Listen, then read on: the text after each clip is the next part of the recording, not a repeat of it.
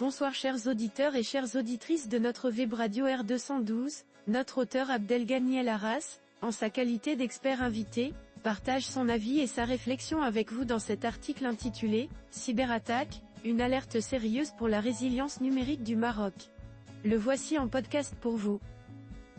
Abdelghany El Arras ouvre son propos en attirant notre attention sur un sujet brûlant d'actualité de la manière suivante. Les récentes cyberattaques ayant visé plusieurs institutions marocaines, parmi lesquelles la CNSS, les ministères de l'Agriculture et de l'Emploi, ainsi que la Direction Générale des Impôts, constituent un tournant alarmant.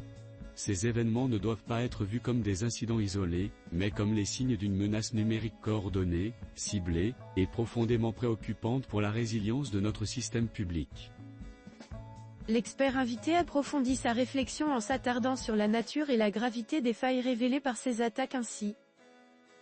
La diffusion présumée de données issues des bases de la CNSS, les attaques par déni de services qui ont rendu temporairement inaccessibles des plateformes publiques, ou encore les mises en garde des banques face à la recrudescence du phishing, révèlent la vulnérabilité de notre écosystème numérique.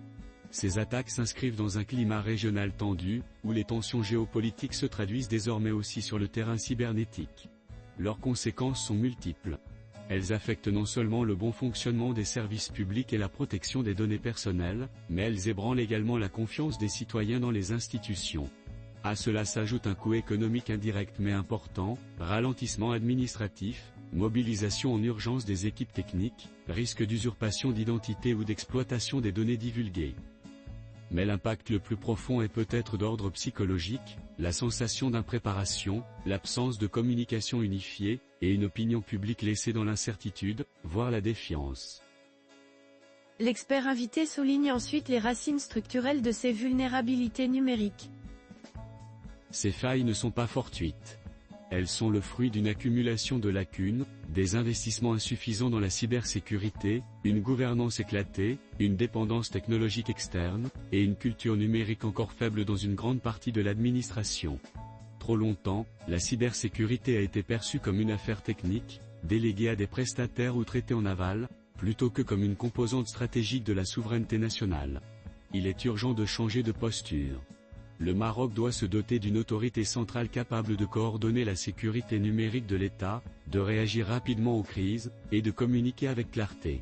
Il est tout aussi indispensable de sécuriser les systèmes critiques, de former les agents publics aux bons réflexes numériques, et d'investir dans un cloud souverain et dans l'écosystème national de cybersécurité. L'expert invité élargit sa réflexion en reliant cybersécurité et ambition digitale du royaume. Cet impératif de sécurité prend d'autant plus de sens que le Maroc affiche de grandes ambitions en matière de transformation digitale, symbolisées notamment par des événements d'envergure internationale comme le GITEX Africa. Cette vitrine technologique, organisée chaque année sur notre sol, doit aussi devenir un levier stratégique pour affirmer la place centrale de la cybersécurité dans notre vision du numérique. Elle ne peut se contenter d'exposer des innovations, elle doit également refléter un engagement fort en faveur de la souveraineté numérique, en mettant en lumière les défis sécuritaires, en valorisant les solutions nationales, et en mobilisant les décideurs autour d'une culture partagée de la résilience digitale.